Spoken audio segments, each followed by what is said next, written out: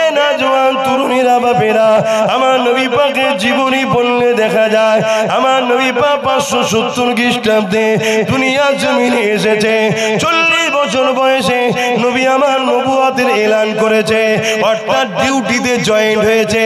চাকরি তো সেদিন পেয়েছে যেদিন দ্বিতীয় কেউ ছিল না। আল্লাহ নূরে মুহাম্মদ রাসূলকে তৈরি করে সেদিন নবী বানিয়ে দিয়েছে। ডিউটি সেদিন পেয়ে গেছে, চাকরি সেদিন পেয়ে গেছে, কিন্তু ডিউটিটা দুনিয়ার জমিনে এসে 40 বছর বয়সে 570-এর সঙ্গে 40 যোগ করলে 610 হয়। এই 610-এ নবী আমার দ্বীন ইসলামের ডিউটির কাজে জয়েন করেছে। কিন্তু আমার নবী পাক এই জমিনের উপরে নামাজ নিয়ে এসেছে মেরাজে। গত যে মাসটা চলে গেল ওই মেরাজের মাসে আল্লাহ নবী রজবের মাসে মেরাজে গিয়েছিল। ওখান থেকে নবী আমার নামাজ এনেছে, ওখান থেকে রোজা রেখেছে। এ যুবকেরা, তরুণীরা, বাপেরা, আমার নবী পাক মেরাজে গিয়েছিল কত সালে? আল্লাহ নবী 11টা বছর কি করেছে? আল্লাহ নবী 11টা বছর ধরে কিসরা থেকে শুরু করে, কায়সার থেকে শুরু করে, রোম পারস্য থেকে শুরু করে পৃথিবীর সমস্ত অত্যাচারী শাসকদের কাছে নবী চিঠি করেছে। মুহাম্মদ রাসূলের পক্ষ থেকে চিঠি, তোমরা দুনিয়া জমিনে অত্যাচার বন্ধ করো, আল্লাহর শ্রেষ্ঠ সৃষ্টি মানুষগুলোকে বাঁচতে দাও, গরিবের উপরে জুলুম বন্ধ করে দাও, এতিমগুলোকে হত্যা বন্ধ করো, নারীগুলোকে ভোগের পাত্রী বানিয়ে দিয়েছো, এই মায়ের জাতকে তোমরা বাঁচতে দাও, অন্যায় বন্ধ করো, জুলুম বন্ধ করো, লুট বন্ধ করো, দাঙ্গা বন্ধ করো, সন্ত্রাসী বন্ধ করো, অত্যাচার বন্ধ করো। এক কথায় এই জমিনের উপরে অশান্তি দাঙ্গা বন্ধ করো। নবী আমার সবাইকে চিঠি দিয়েছে। ওই চিঠি দিয়ে অনেক দেশের রাজারা ইমানের কলেমা পড়ে আমার নবীর পাশে দাঁড়িয়েছে। অনেকে আবার আমার নবীর চিঠিকে টুকরো টুকরো করে ফেলে দিয়েছে। তার মধ্যে একটা দেশ হলো পারস্য, যে পারস্য পৃথিবীর জমিনে হাজার বছর ধরে আগুনের উপাসনা করত। ওই পারস্যের সুলতান আমার নবী পাকের চিঠিটাকে নিয়ে টুকরো টুকরো করে ফেলে দেয়। সাহাবী হুজুর মনে দুঃখ করে, আমার নবী পাকের দরবারে এসে বলে, ইয়া রাসূলুল্লাহ, হাবিবাল্লাহ, আপনার চিঠিটাকে টুকরো টুকরো করে ফেলে দিয়েছে। আল্লাহ নবী বলেছিলেন, এ সাহাবী রে, তোমার নবী মুহাম্মদ রাসূলুল্লাহর চিঠিকেও টুকরো করেনি, ওর রাজত্বকে টুকরো টুকরো করে দিয়েছে। এই কথা নবী পাক বলে দিলে কয়েকদিন যেতে না যেতে খবর এসে গেল। কি খবর এলো? পারস্য সুলতান ছিল বড় নারী পিপাসিত, খারাপ লেভেলটা সত্যটা বলতে হচ্ছে। সে প্রতিদিন তার বিছানাতে জোর জবরদস্তি করে কুমারী মেয়েদের ঘরে, গরিবের বেটিদের ঘরে উঠিয়ে নিয়ে আসে তার জোর করে। আজও আমাদের সমাজে, আমার বাংলা তো এমন লিডার আছে যারা গরিবের বেটিদের ঘরে জোর করে উঠিয়ে নিয়ে যায়। কিন্তু এই বিষয়ে উলামাদের মুখে কথা নাই, এই বিষয়ে আলেমদের মুখে কথা নাই, এই বিষয়ে যুব সমাজকে জানানো হয় না। তাই এদের বিরুদ্ধে লড়াই করতে হবে। এর নাম হলো ইসলাম। এই জন্যই চরিত্রহীন নেতারা, তারা কখনো চায় না ইসলাম সমাজের বুকে প্রতিষ্ঠিত হোক। ইসলামকে মানুষ অ্যাকসেপ্ট করো, ইসলামকে মানুষ পছন্দ করো। কারণ ইসলাম যদি থাকে তাহলে আমার মতো চরিত্রহীন লিডার, এই নারীদের দেহ শোষণ বন্ধ হয়ে যাবে। এ যুবকেরা, ওই পারস্যের শাসক যিনি ছিলেন তার চরিত্র বড় খারাপ ছিল। তার একটা পুত্র সন্তান ছিল, সেও বড় পাপের মতো চরিত্রহীন। এটা বন্ধ করতে গিয়ে আল্লাহ নবীর বিরুদ্ধে জালিমরা লড়াই পর্যন্ত করেছে। নবী পাক এর কথা বলে মানুষকে সত্যের দিকে ডাকে। আমার নবী পাকের দিকে একে একে মানুষ আসতে লেগেছে। এটা দেখে জালিমরা আমার নবী পাককে খতম পর্যন্ত করার চেষ্টা করেছে। যেমন মক্কার সন্ত্রাস আবু জেহেল ছিল, মক্কায় আবু জেহেল চিন্তা করতে লাগলো মুহাম্মদ রাসূলের দিকে একটা করে লোক বেড়ে যেতে লেগেছে। তাই কি করা যেতে পারে? মুহাম্মদ রাসূলকে শহীদ করে দাও, মুহাম্মদ রাসূলকে রসুলকে কতল করে দাও, মোহাম্মদ রসুলকে শহীদ করে দাও। এই কতলটা করবে কে? এই শহীদটা করবে কে? এই কতলটা করবে কে? যে করবে আমি আবু জেহেল, তাকে অনেক পুরস্কার দেব। ওই জায়গাতে একটা যুবক ছেলে দাঁড়িয়েছিল, নাম তার উমার। তিনি দাঁড়িয়ে গেলেন, তখন হযরত হয়নে ফারুক হয়নে তিনি দাঁড়িয়ে গিয়ে বলেছিল, হে আবু জেহেল আমি পারবো। আবু জেহেলও চিন্তা করেছিল এই কাজটা উমারই পারবে, অন্য কেউ পারবে না, কারণ আমার নবী পাকের বিরুদ্ধে লাগার সাহস করো ছিল না। এই যুবকেরা তরুণেরা উমার দায়িত্বটা নিয়ে নিল। দায়িত্ব নিয়ে যাবার সময় আবু জেহেলকে বলতে লেগেছে, হে আবু জেহেল আমি খাত্তাবের বেটা উমার, আমাকে তুমি খুব ভালোভাবে চেনো। আমি যাচ্ছি, কাল সূর্য উঠবে, মুহাম্মদ রাসূল আর উঠবে না, তার ধর থেকে কল্লাকে আলাদা করে দেবো। নাউযুবিল্লাহ মিন জালিক। তবে মনে রেখে দিও, তুমি যা ওয়াদা করেছো ওই ওয়াদা থেকে নড়চড় হবে না। যদি হও তোমারও কিন্তু জান থাকবে না। উমার ফারুকের কথা শুনে বলতে লেগেছে, চিন্তা করো না। উমার যাবার সময় বলে গেল 39 জন হয়েছে, 40 আর হতে দেবো না। ফেরেশতাদের মধ্যে আলোচনা হতে লেগেছে, খাত্তাবের বেটা উমারের বিশাল পাওয়ার, বিশাল ক্ষমতা। সে বলতে লেগেছে 39 থেকে 40 হতে দেবে না। আমার আল্লাহ আওয়াজ দিয়ে বলে দিল, হে আমার ফেরেশতারা চিন্তা করো না, উমারকে যেতে দাও, যেতে দাও। আমি আল্লাহ উমারকে 40 বানিয়ে দেব। আরো জোরে বলুন সুবহান।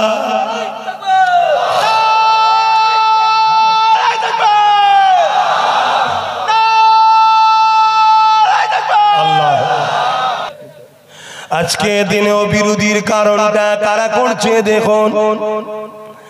আজকেও ইসলামের বিরোধী কারা করছে দেখুন।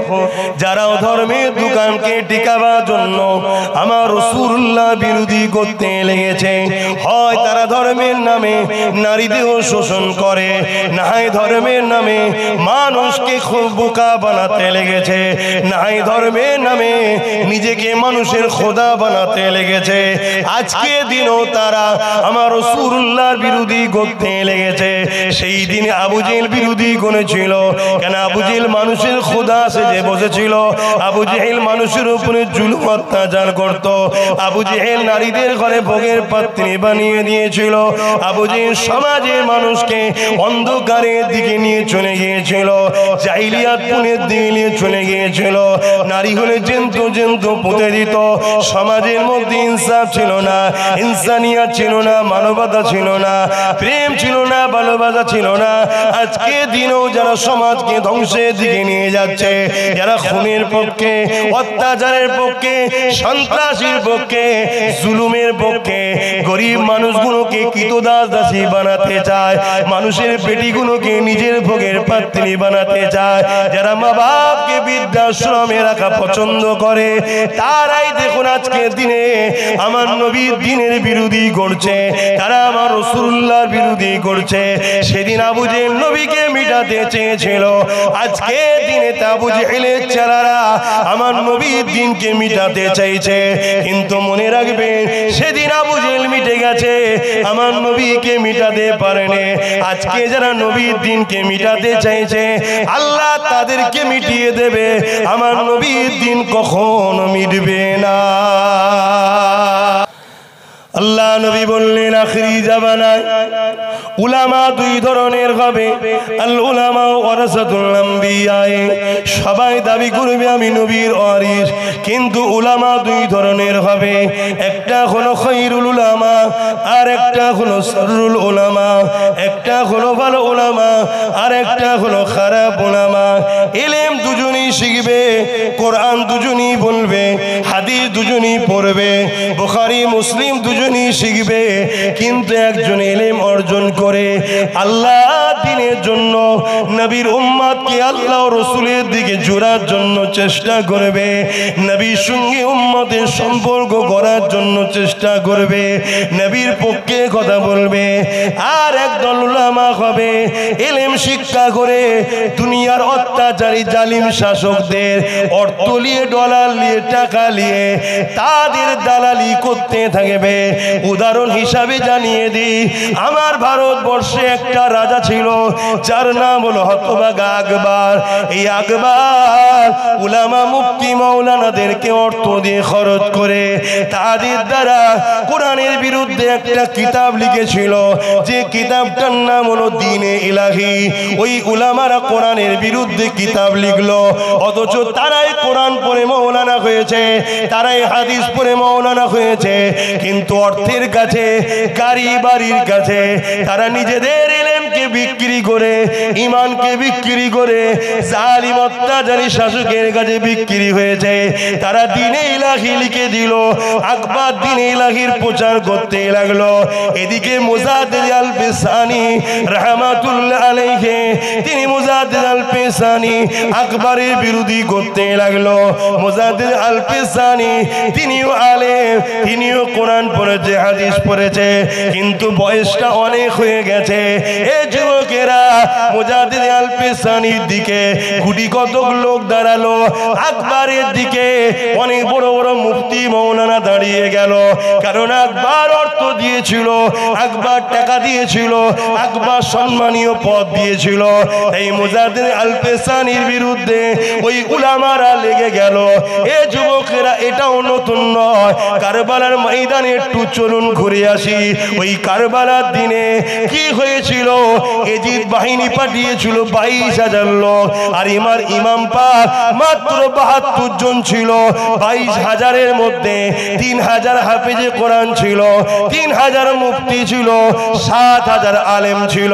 মনে রাখবেন, আলেম গুণ পদ পাবার জন্য এজিদের শাসন ক্ষমতার কাছে অর্থের জন্য বিক্রি হয়ে গেল।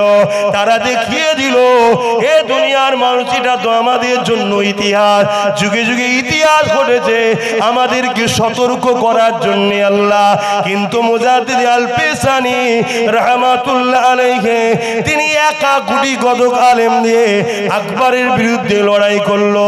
আমার আল্লাহ একদিন মুজাদ্দিদ আল পেশানিকে বিজয় দান করে আকবর ও তার বাহিনীকে ধ্বংস করে দিয়েছিল।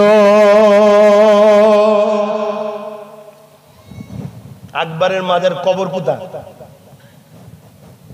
ছেলে পুলে কারা বলবেন তো? আছে? আকবরের কাছে কেউ যায়? তার ছেলে পুলের কাছে? আর মুজাদ্দিদ আল পেশানির কাছে কেন? নবীর গোলাম। আকবরের পক্ষে যত মুফতি মাওলানা দাঁড়িয়েছিল, একটা কোনো কবর আছে? তাদের কাছে কেউ যায়? কেন? ওরা দুনিয়াদার, মুনাফিক। শুনছেন?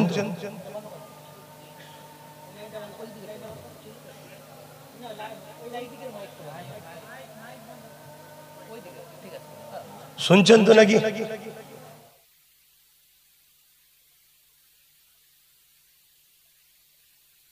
ভাই আমার আওয়াজ বুঝছেন তো? আজ আমরা বহুত কঠিন জায়গায় এসে গেছি।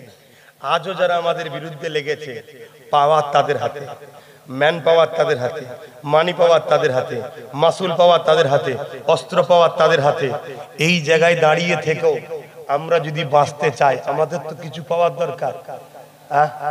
একটা পাওয়ারই জিতা যায়, ওই পাওয়ারটার নাম হলো সিনার পাওয়ার, যেটা আল্লাহর ভয় আর নবীর প্রেম ও আদব দ্বারা হয়। জোরে বলুন সুবহানাল্লাহ।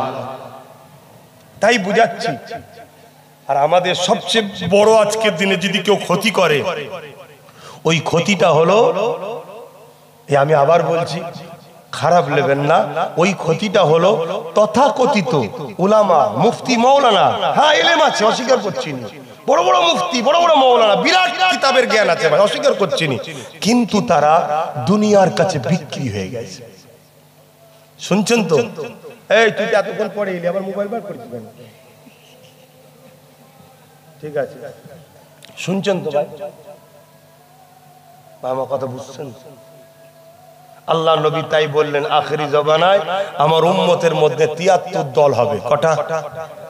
৭২ জাহান্নামী, একটা। হুজুর ৭২ দলে কি নামাজ থাকবে না?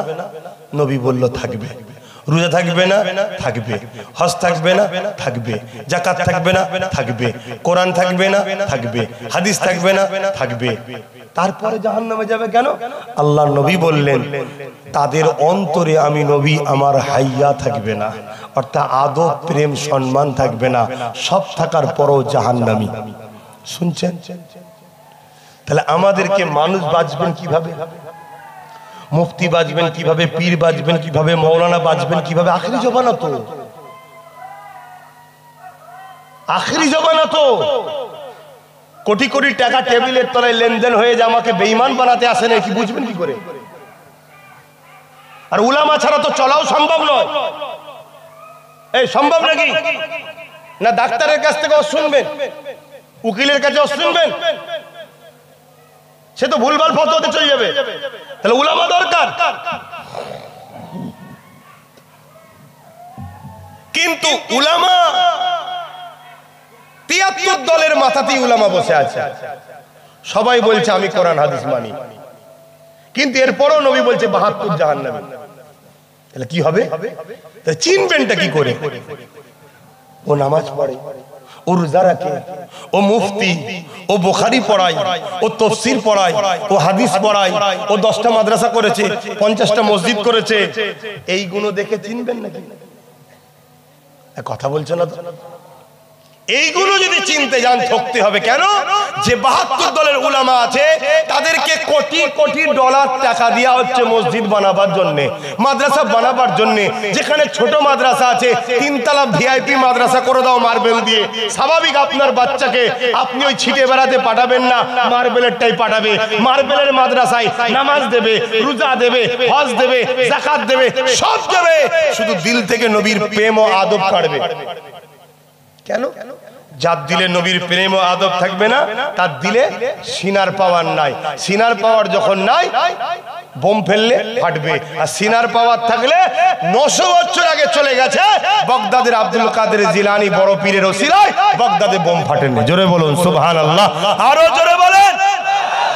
লাস্টে আমেরিকা পায়ে হেঁটে নেবে যুদ্ধ করেছে। জানেন তো নাকি?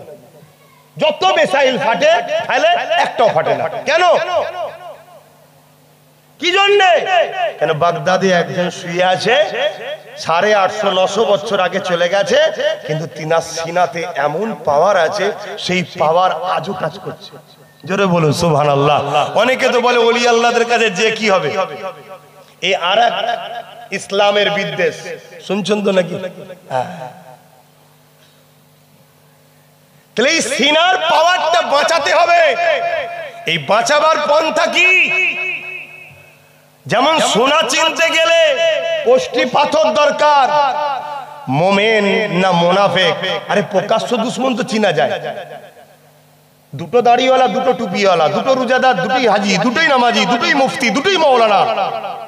একজন বলছে নবী হায়াতুন নবী, একজন বলছে নবী মরা নবী। আপনি চিনবেন কি করে? টেস্ট করতে গেলে আপনাকে এটাই বুঝতে হবে। যেমন সোনা চেক করতে গেলে কোষ্ঠী পাথর দরকার, মুমিন না মুনাফিক চেক করতে গেলে মুহাম্মদ রাসূল দরকার। জোরে বলুন সুবহানাল্লাহ। আমার নবীকে আল্লাহ মুনাফিক আর মুমিনের বিচখানে পার্থক্য করার জন্য ইমাম করেছে। জোরে বলুন সুবহানাল্লাহ। আল্লাহ কোরআনে বলছে হাবিব, মুনাফিক তো তারা যারা আমি আল্লাহ আমার দিকে ছুটে ছুটে আসবে, নামাজের বেলায় ছুটে ছুটে, রোজার বেলায় ছুটে ছুটে, হজের বেলায় ছুটে ছুটে, যাকাতের বেলায় ছুটে ছুটে, তাসবির বেলায় ছুটে ছুটে। হাবিব আপনার শান মর্যাদার বেলায় তারা মুখ ছিটকাবে, আপনাকে সম্মান দিতে চাইবে না, আপনার কদমে যেতে বললে যেতে চাইবে না, তখন ফতোয়াবাজি করবে। হাজারে আসওয়াদে চুমা দিচ্ছে, ফতোয়া নয়, মুহাম্মদ রাসূলের রওজায় গিয়ে চুমা দিলে এই মুনাফিক চিনতে পারছে? শুনছেন? কি ওয়াজ করব? আজকে একটা ভিডিও দেখছি, মসজিদে নবাবিতেই সম্ভবত একজন ইমাম বসে বসে বয়ান করছে। ওই যে শিখাই না মাওলানারা ওখানে শিখায়, কি বলি, বলতে বলতে বলছে, কিভাবে বলবো বলেন তো, অনেক লজ্জার কথা, লজ্জার কথা। স্ত্রীর বাকি বুঝেলেন, বাচ্চারা যেটা মায়ের পান করে, স্ত্রীর পান করা নাকি জায়েজ স্বামী। শুনছেন? আচ্ছা, এই কথাটা যখন পুরো বিশ্বে চলে যাবে, অমুসলিমরা এটাকে হাতিয়ার করবে না, করবে না? এই তো তোদের মোল্লারা বলেছে, তোরা কত নোংরা জাত দেখ। কিন্তু ইহুদি পাক্কা, ওর পিছনে কোটি কোটি ডলার টাকা খরচ হচ্ছে, ও শয়তানকে বসানো হয়েছে ওখানে। এবার আমার মতো ছোটখাটো লোক এখানে চিল্লালে আমাদের সমাজের মুফতিরা বলবে কি, হ্যাঁ নবীর মসজিদে শিক্ষা দিচ্ছে আব্বাস কপাতের মৌলী সাহেব, ও কপাতা বোঝে। আরে মৌলী সাহেব কপাতাতে হয় না। এখানটায় কি আছে দেখো, ইবলিস আদমকে সম্মান না করার জন্য কাফের হয়েছে, আজকের মুফতি মাওলানা রসুলকে সম্মান না করার জন্য কাফের হচ্ছে। তাই আসো, মুনাফিক আর মুমিন চিনার জন্য মেন পার্থক্যর মূল দাড়ি পাল্লা বলুন আর মিটার বলুন, যে ভাষা আপনি বুঝবেন সেটা হলো মোহাম্মদ রসুল। জোরে বলুন সুবহানাল্লাহ। যার দিলে নবীর আদব নেই, প্রেম নেই, তাদের থেকে দূরে সরে যান, সেই উলামার থেকে দূরে সরে যান, সেই আলেমের থেকে দূরে সরে যান, সেই বক্তার থেকে দূরে সরে যান। যার দিলে নবীর প্রেম আদব আছে, যার সোহবতে বসলে আপনাকে নবী শিখায়, নবীর প্রেম দেয়, নবীর কথা শোনায়, নবীর আজমতের কথা বলে, নবীর মেরাজের কথা বলে, নবীর নূরের কথা বলে, নবীর হায়াতের কথা বলে, নবীর মাকামের কথা বলে, নবী ইলমে গায়েবের কথা বলে, নবীকে আল্লাহ কত শানওয়ালা করেছে, এটা যারা আপনাকে বেশি বেশি শোনায় তাদের কাছে গিয়ে বসুন। সারা রাত নামাজের হজ করছে, সারা রাত রোজার হজ করছে, দরকার আছে, কিন্তু মুমিন না মুনাফিক নামাজের হজ শুনে বুঝে যাবে না।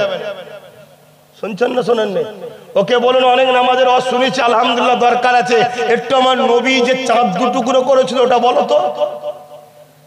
তখন দেখবেন ওসব কোলে কি হবে জানতে হবে মুনাফিক। শুনছেন না শুনেন? এ হলো মুনাফিক। কেন নামাজটা পেয়েছি যার জন্য, তারকে কত আল্লাহ ভিআইপি করেছে এটা জানা দরকার আছে না? তিনি আগুনের ইশারা করেছে, চাঁদ টুকরো হয়ে গেছে। কি গো আমার অসুবিধা হচ্ছে, আমি আপনাদের বাঁচাবার স্বার্থে লড়াই করছি। এই আমার আব্বার হয়ে কথা বলছি নাকি? না আমার গ্রুপের মৌলানাকে কেউ গাল দিয়েছে, ঝগড়া করছে আমি? কি গো বলেন? আর না আমাকে কেউ কিছু বলেছে? আমাকে তো কতজন কত কি বলেছে, কত গাল দিয়েছে, কি বলেছে না বলেন? কোনদিন আমার জন্য লড়াই করেছে? হ্যাঁ না, আমার উদ্দেশ্য থাকবে জিনার জন্য মেম্বার, তিনার জন্য কথা বলা। কথা বুঝে আসছে? তাহলে আমার রাসূল পাক সাল্লাল্লাহু আলাইহি সাল্লাম হলেন আমাদের মুমিন না মুনাফিক চিনার মাধ্যম। মনে থাকবে তো নাকি? একটু বলেন হ্যাঁ কি না? হ্যাঁ, খুব সাবধান, আখরি যাবে না, আখরি যাবে না। কোটি কোটি টাকা দিয়ে মাদ্রাসা বানানো হচ্ছে, মসজিদ বানানো হচ্ছে। সেই মসজিদ সেই মাদ্রাসায় আপনি ছেলে দেবেন, ওই মসজিদে নামাজ পাবে, রোজা পাবে, হজ পাবে, যাকাত পাবে, দান পাবে, সব পাবে, শুধু মুহাম্মদ রাসূলের আদব ও প্রেম দেবে না। বলুন আপনার সন্তানটা জ্ঞানার হলো? কথা বলেন। এই যে গাছ কতগুলো ডাল আছে, যদি কেউ কেটে দেয় গাছটা মরে যাবে কেন? ওর মূলটা এখনো রয়েছে। মূলটা কোথায় থাকে একটু বুঝুন, মাটির নিচে। আচ্ছা, মূলটার জন্য আবার আস্তে আস্তে দেরি হলো, ডালপালা গজাবে না, গজাবে না, পাতা হবে না, হবে না। কিন্তু আর একজন মূলটাকে পানি গরম দিয়ে মেরে দিল, এই ডালপালা পাতা থেকেও কোনো লাভ হবে? এই ডালপালা পাতাগুলো, গাছটা ধরুন আমরা, ডালপালা পাতাগুলো হলো নামাজ, রোজা, দাড়ি, টুপি, হজ, যাকাত দরকার আছে, তবে তো গাছের উপকার, গাছের সৌন্দর্য, গাছের ছায়া পাবে। কিন্তু কোন ছেলে নামাজ, রোজা, দাড়ি, টুপি কেটে দিয়েছে, তার মানে কম করছে, কিন্তু মূলটা আছে। মূলটা এখানে থাকে, মানে গোপন জায়গায় নবীর প্রেম ও আদব। একদিনও বড় হবে, নামাজি হবে, রোজাদার হবে, হাজি হবে, যাকে না মূলের জন্য আবার বেরোবে, কিন্তু মূলটা নেই। মানে নামাজ, রোজা, দাড়ি, টুপি সব আছে, নবী নেই। যেমন এই গাছটা বেকার, ওই মুসলমানটাও বেকার। কিছু মাথায় ঢুকছে, আমার নবীকে চেনেন। আজকে বলা হচ্ছে আমার নবী নাকি নিরক্ষর। কি বলা হচ্ছে জোরে বলে? ঠিক এই কথাটা মোল্লা মৌলী সাহেবরা প্রথম বলেছে। এই যার কথা বলছিলাম তরোয়াল নিয়ে আর কোরআন নিয়ে, ওর নাম নেবো না, কেন শয়তান হাইলাইট হতে চাইছে। কেন আমরা বুঝতে পেরেছি হাইলাইট হবার একটা মাধ্যম, ইসলামের বিরুদ্ধে বলো, নবীর বিরুদ্ধে বলো, আজানের বিরুদ্ধে বলো, কোরআনের বিরুদ্ধে বলো, সঙ্গে হাইলাইট হয়ে যাবে। কিছুদিন আগে আর একটা পাগলা নায়ক ছিল না, ওর নাকি আজানে ঘুম হয় না, মাতাল তো মদ খেয়ে রাস্তায় ঘুরে বেড়াতে, ঘুমোস কখন? এ মেয়ের কাছে ও মেয়ের কাছে সারা জীবন কাটা, আসতে ঘুমোস কখন? শুনছেন না শোনেন? ও 3 মিনিটে আজানের সমস্যা হয় না। ব্যাপারটা ওটা নয়, আমার ফিল্ম আর চলছে না, আমাকে লোক ভুলে গেছে, তা আজানের বিরুদ্ধে বল, হাইলাইট হলো না? হলো না? এই মিডিয়া টিডিয়া চর্চা, এখানে ভাঙচুর, ওখানে আন্দোলন করো, ওখানে এই করো, শাস্তি চাই, শাস্তি চাই। ও মুচকে মুচকে হাসছে, ও তো জানে যতই চিল্লাস, নেতা কেতা তোর বাপ দাদু নয়, আমার বাপ দাদু। মোদিও আমার বাপ, মমতাও আমাদের, সব আমাদের। তোরা যতই চিল্লাস আমার কিচ্ছু হবে না, কিন্তু তোদের চিল্লানোতে আমার অ্যাড হয়ে গেল। কথা বুঝছেন না? আমার কথায় কষ্ট হয়ে গেল। কেন অনেক মুসলমানের আবার এগুলো সব নানা নানি হয়তো কষ্ট পাতে পারে, কষ্ট পেলেও কিছু করার নেই বাপ, একটু ধৈর্য ধরতে হবে। কেন? আমার কাছে ইসলাম আগে। হ্যাঁ, দল করতে গেলে সম্মানীয় ব্যক্তিকে সম্মান করব, তার পদে সে আছে সম্মান দেশের আমার ভিআইপি, ঠিক আছে, ইনি ইনার জায়গাতে সম্মানীয়, ঠিক আছে, কিন্তু আমার ইসলামের উপরে নয়। কথা মাথায় শুনছেন শোনেননি? এতে উনি যা খুশি করে করবি যাবে, ওসব চিন্তা করি নাকি আমরা? হাকিকাত তো বলছি, সত্য কথা। আবার চিন্তা কিসে? ছোট হুজুর বললেন, বাবা চিনি অন্ধকারও মিষ্টি লাগবে, ঠিক না বেটি? কি সুন্দর কথা, চিনি অন্ধকারও মিষ্টি লাগবে। হ্যাঁ, হক কথা বলতে হবে। তো যাই হোক, আমি যে কথা বলছিলাম, ঠিক এই মৌলী সাহেবের এই কথাটাকে ইও বলছে আজকাল কি, যে নবী নাকি নিরক্ষর ছিল, পড়াশোনা জানতো না। শুনছেন? তাহলে এই সব চলছে না, চলে না? আর মনে রাখবেন, অরিজিনাল যারা ইসলামের মধ্যে আছে তাদেরকে সমাজ কিন্তু হাইলাইট করবে না, তাদেরকে কোণঠাসা করবে। আর যারা 2 নম্বর ইসলামের মধ্যে আছে সেই বক্তাদের আলোচনাকে ছোট ছোট ক্লিপ করে সমাজের কাছে গুগল ইউটিউবের মাধ্যমে সামনে নিয়ে আসা হবে, যাতে করে মুসলমান খুলেই যেন দেখে মিশর থেকে পড়ে এসছে। কি বলছে শুনি? বলছে হযরত আলী নাকি মদ খেয়ে নামাজ পড়েছিল। শুনছেন? আপনি নাউজুবিল্লাহ বলছেন, উনি মিশর থেকে পড়ে এসছে বলছেন, আর তারটাকে হাইলাইট করা হচ্ছে। 5 মিনিট আগে ছেড়েছে বক্তব্য, 10 লক্ষ লোক দেখে নিয়েছে।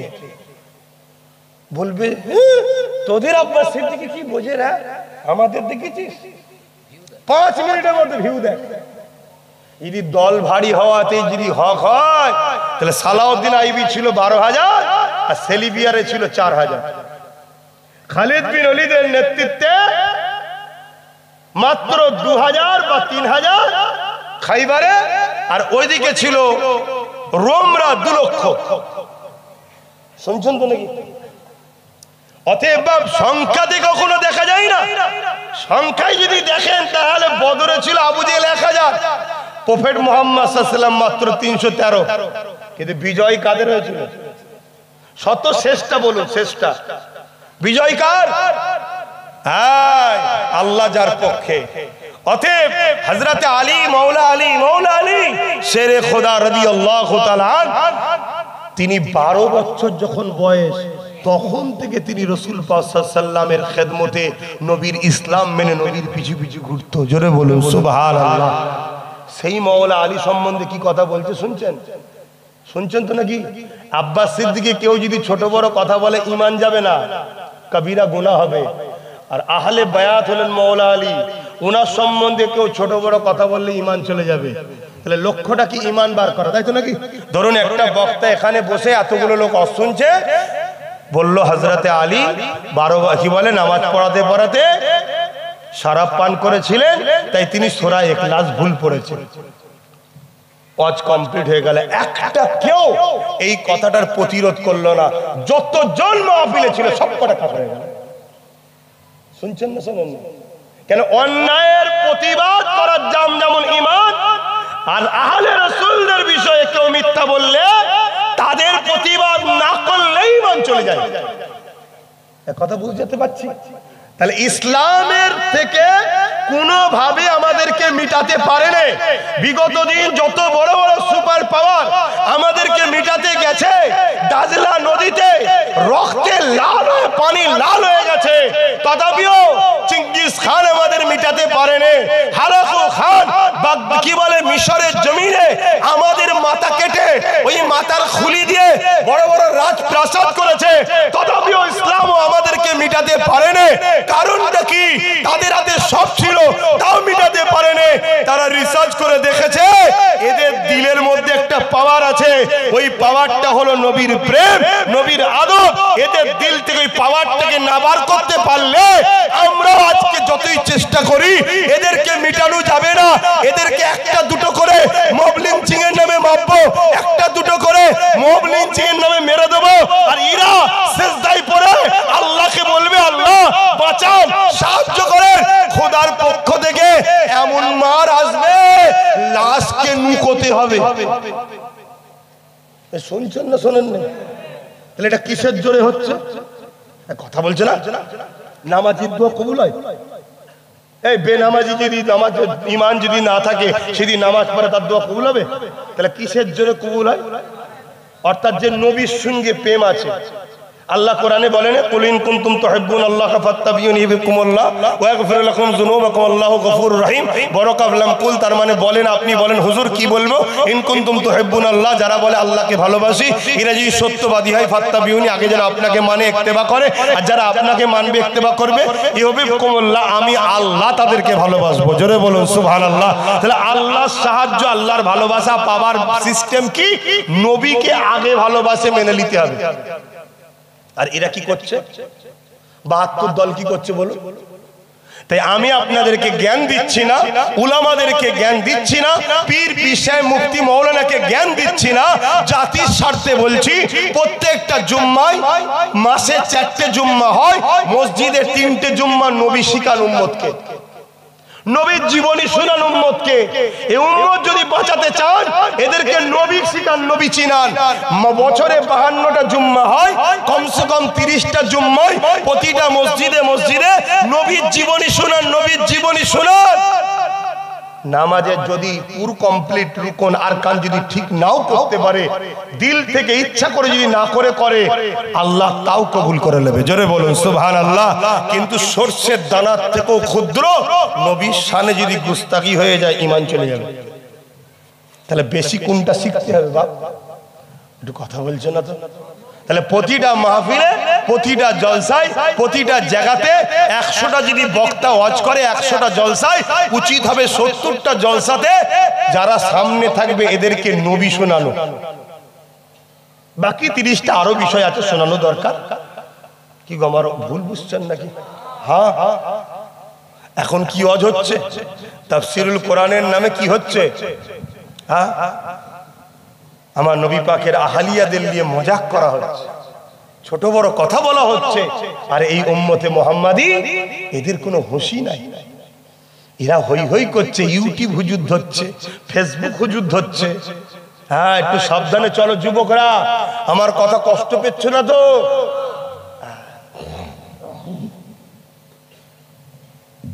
যাদের দিলে নবী আছে তাদের সঙ্গে থাকো, যাদের দিলে নবী নাই তাদের সঙ্গে থেকো না। ওয়াজের মাহফিলে যাবেন, উলামাদিওকে বলুন আমার নবী পাকের আলোচনা করুন।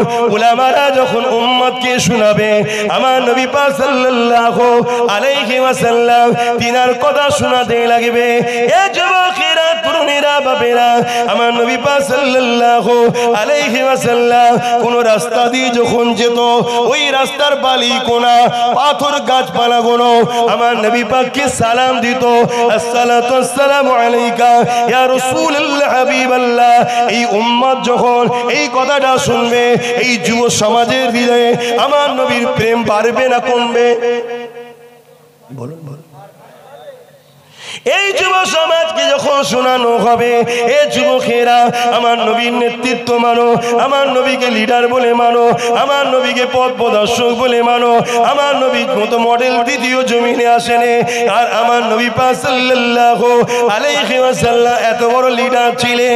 একদিন আবু জেহেল এমন করে হাবিব ইয়ামানিকে নিয়ে এসে আমার নবী পাকের কাছে প্রশ্ন করলো, হে মুহাম্মদ, আসমানে কিছু করে দেখাও। আমার নবী পাক আসমানের দিকে তাকালে একটা চাঁদ উঠেছে, গোলাকার চাঁদ। আল্লাহ নবী বললেন, হে হাবিব ইয়ামানি রে, এই চাঁদটাকে কি দুটুকরো করে দেবো? হাবিব ইয়ামানি বলল, এটা কি করে হতে পারে? চুপ হয়ে রয়ে গেল। আল্লাহ নবী সাদা আঙুলটাকে তুলে আকাশের চাঁদের দিকে ইশারা করলো, সঙ্গে সঙ্গে চাঁদ খানা দুটুকরো হয়ে যায়।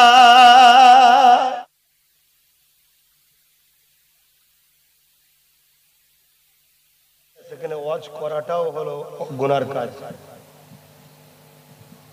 আমি ভাড়া কাটতেছি না, অনেকে আপনাদের শিখাবি। ঘন্টা ধরে যখন এসেছি 1 মিনিট হলো খেটিয়ে নিবি, শিখাবি।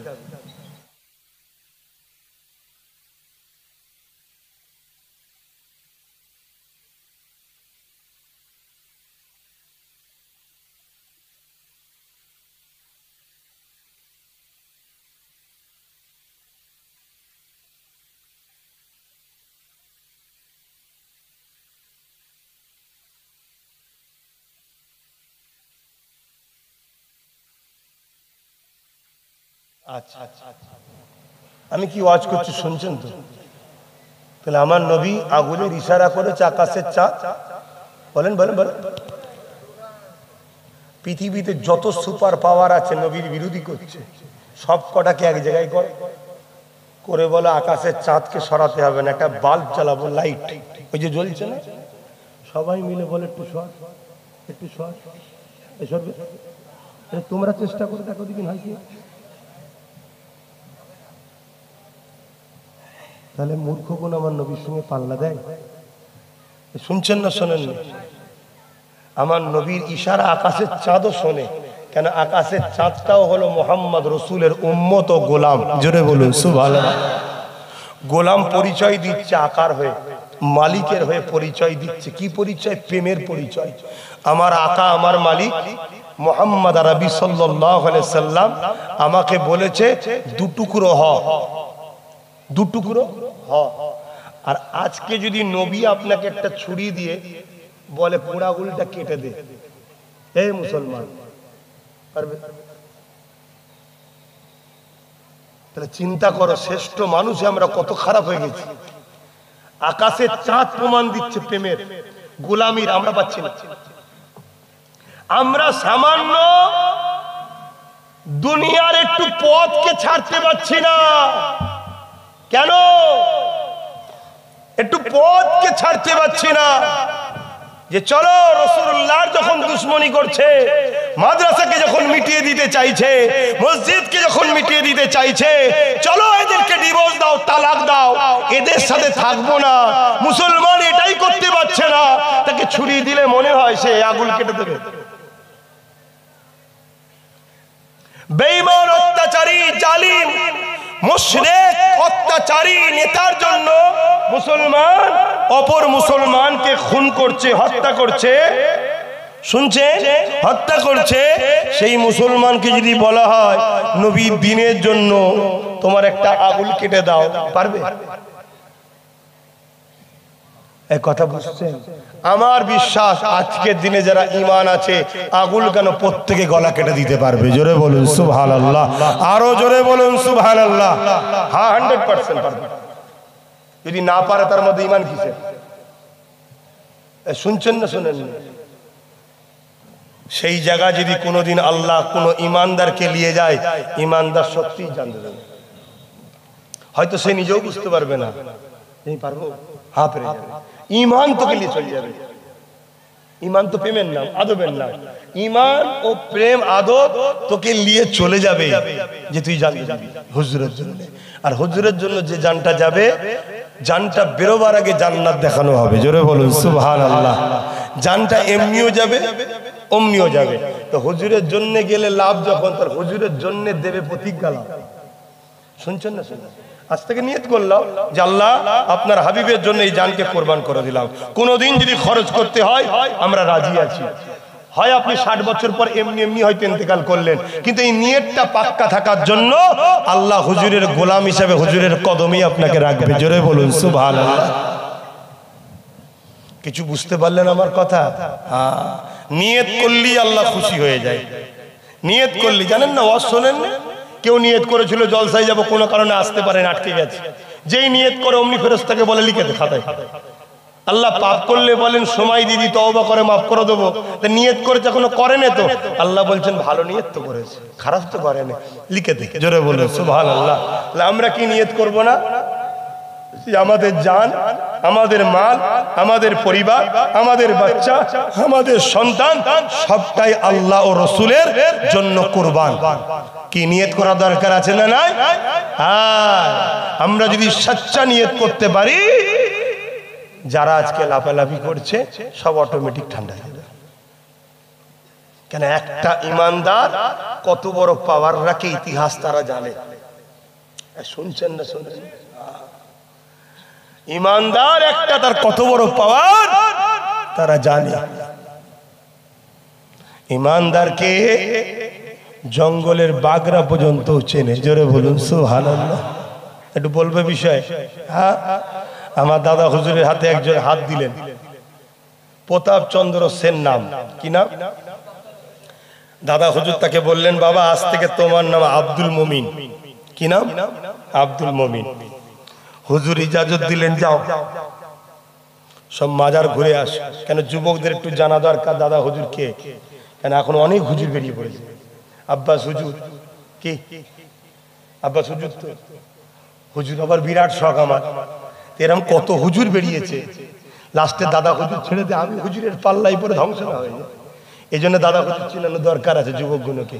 কি দরকার আছে না? না, হ্যাঁ, তবে তোরা বলবে, ও আব্বাস সিদ্দিকী, তোমায় মানি দাদা হুজুরের জন্য, তুমি দাদা হুজুরের না হলে আমি তোমার সাথেও নাই। ঠিক না বেটি? কেন? আবু কি বলে, এজিদ ধোকা দিয়েছিল মুসলমানকে। জানেন না? জানেন না? কারবালার মাঠে এজিদ ধোকা দিয়েছিল। কারবালার মাঠে তাবু করে আজান দিয়ে নামাজ পড়িয়েছে। সাধারণ মানুষগুলো বুঝতে পারেনি কার সাথে কার লড়াই। শুনছেন না? শুনছেন? ইমাম হোসেন হুজুরের তাবুতে আজান হচ্ছে, নামাজ হচ্ছে, এখানেও আজান হচ্ছে, নামাজ হচ্ছে। এজিদ বলেছিল আমিও তো নবী মানি, আমিও তো লা ইলাহা ইল্লাল্লাহ মুহাম্মদ রাসূলুল্লাহ। কিন্তু হতভাগা বেঈমান, তুই কলেমা পড়লি, যেই নবীরা সেই নবীর নামাজ আর গলায় ছুরি দিলি। শুনছেন না? শোনেন না? আজও কিছু মুরিদ বেরিয়েছে, দাদা হুজুর জিন্দাবাদ, 5 হুজুর জিন্দাবাদ, আওলাদ হুজুর গাল দিচ্ছে। এই কি মুরিদ? তোর ভালো লাগতে নাও পারে, কারোর সঙ্গে কারো মতের মিল নাও হতে পারে। ঠিক না বেটি? ইমাম হযরতে মুজাদ্দিদ আল পেসানি বলছে, পীরের লাঠিকে পীর বলে মানতে হবে, তবে তুমি ফয়েজ পাবে, তবে তুমি কামেল মাকাম হবে। তোর ভালো লাগে না তুই যাস না, কিন্তু তা বলে পীরের লাঠি বলে লাঠি মেরে ফেলে দিবি। ইমাম মুজাদ্দিদ আল পেসানি বলছে, পীরের ছায়াতে পা দিয়ে যাবে না। শুনছেন? আমরা মানি? আমরা তো পীরের সামনে পাতুলে পাদুলাই, আর হুজুরও দেখছে বড় লোক পার্টি যা খুশি করছে করবে যা। ওই জন্য মুরিদও কিছু পাচ্ছে না। কথা শুনছেন? শোনেন? পীরের উচিত এক ধমক দিয়া, বেয়াদব, তুই আমার সন্তান। মুরিদ মানে কি? সন্তান।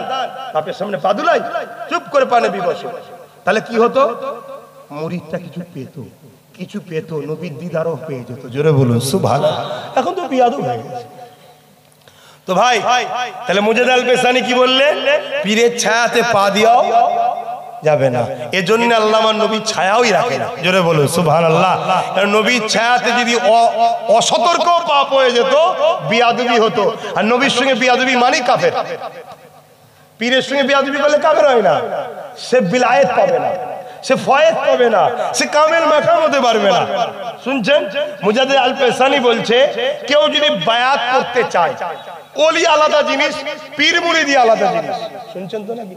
আপনি ইবাদত করে করে আল্লাহর ওলি হতে পারবেন, আপনি সাধারণ ঘরের ছেলে, পীর মুরিদি করে আল্লাহর ওলি হতে পারবেন, কিন্তু আপনি পীরও হতে পারবেন যখন আপনাকে একজন হাক্কানি ওলি খিলাফত দেবে। শুনছেন তো নাকি? খিলাফত দেবে যে বাবা তোমাকে আমি দেখে বুঝেছি তুমি কামেল মাকাম হয়েছো, আমি তোমাকে ইজাজত দিলাম বাবা তুমি পীর মুরিদি করবে। অর্থাৎ বায়াতের সিলসিলা ইমাম হাসান হুসাইন হুজুর ইমাম মুসলিম হুজুরকে পাঠিয়ে কুফায় বায়াত নিয়েছিলেন। রাসূল পাক সাল্লাল্লাহু আলাইহি ওয়াসাল্লাম সাহাবাদের কাছে বায়াত নিয়েছিলেন, ইন্নাল্লাযীনা ইউবাইউনাকা ইন্নামা ইউবাইউনাল্লাহ ইয়াদুল্লাহি ফাওকা আইদিহিম।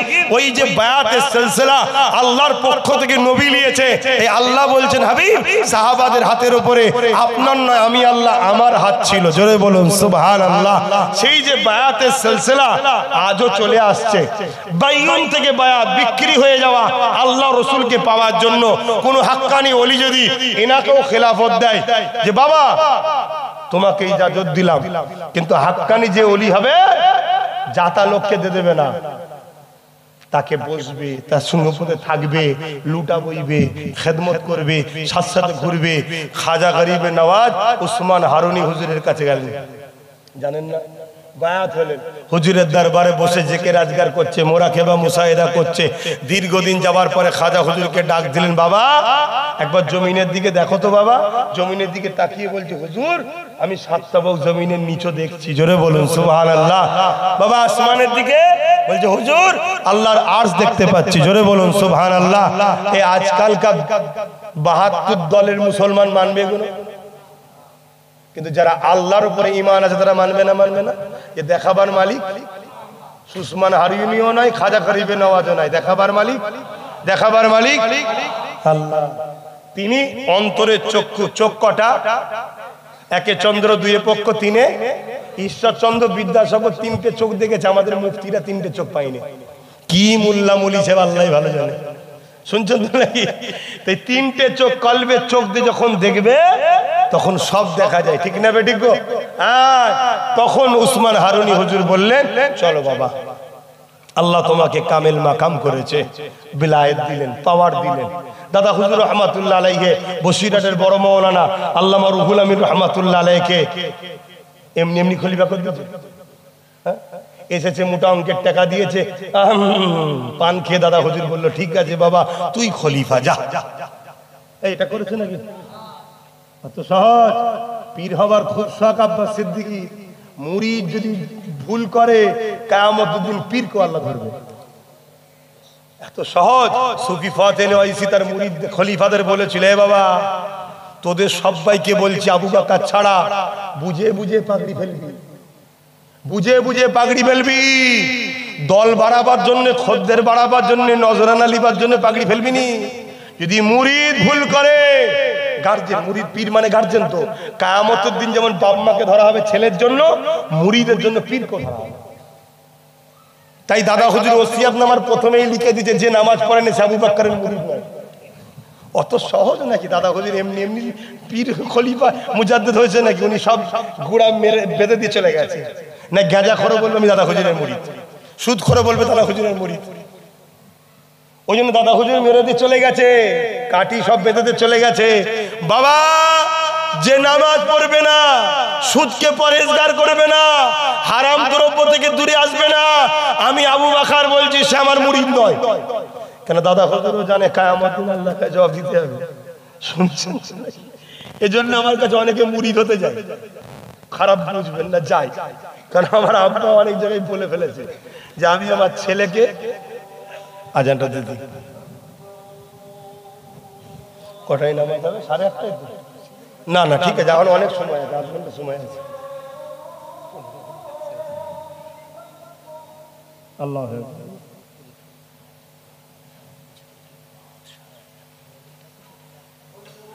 ও আপনার ঘড়িতে 15, আমার ঘড়ি 16।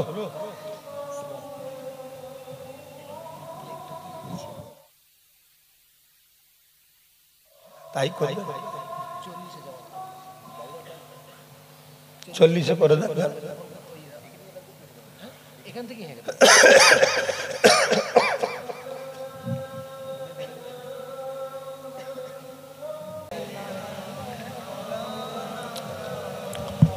আল্লাহুম্মা সাল্লি আলা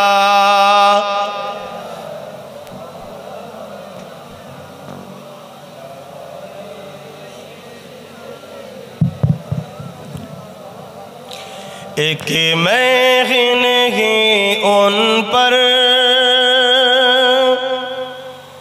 कुर्बान ज़माना है। आरो जोरे बोलुन ना सुबहानाल्लाह। नबीर उपरे नात पड़ा এটা সাহাবা হুজুরের সুন্নাত, সাহাবী হুজুরের সুন্নাত। হযরত হাসান বিন সাবিত হুজুর তিনি আমার নবীর উপরে নাত পড়তেন। কিন্তু নাতের নামে আজকের দিনে যে ড্রামা বা নাটক হচ্ছে এগুলো বড় অন্যায়, এগুলো বড় অন্যায়। আপনারা নাত পড়বেন, নাত পড়ুন, গানের নকল যেন না হয় এটাও মাথায় রাখতে হবে। নাত পড়ুন, নাতের সাথে আদবের সঙ্গে পড়ুন, ওই মেম্বারে নাচানাচি ঘোরাঘুরি যেন না হয় এগুলো খেয়াল রাখা দরকার। নাত পড়ুন, নাতকে কেন্দ্র করে টাকা উড়ানো এগুলো না হয়, এগুলো সব আদবের খেলাফ হবে। एक मैं नहीं उन पर कुर्बान ज़माना है, एक मैं नहीं उन पर कुर्बान ज़माना है, एक मैं नहीं उन पर कुर्बान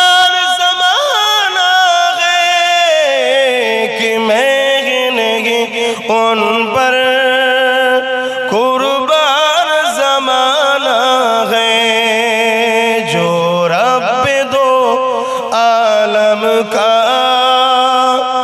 महबूब गाना है। आरो जोरे बोलुन ना सुबहानाल्लाह। যিনি আমার দোনো জাহানের রবের বন্ধু, জোরে বলুন সুবহানাল্লাহ। তিনি কে? আল্লাহ। আল্লাহর বন্ধুটা কে? দোনো জাহানের রবের বন্ধু মুহাম্মদ সাল্লাল্লাহু আলাইহি ওয়াসাল্লাম।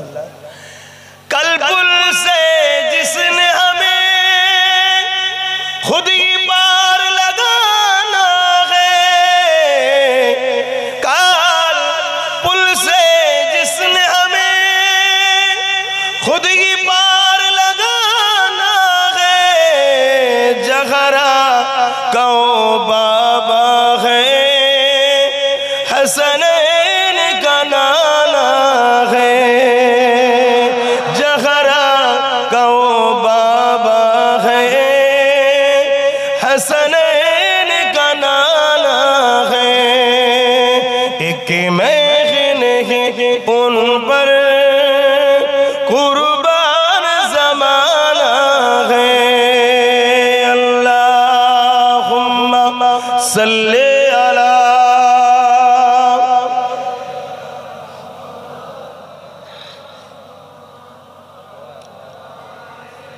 हबीब।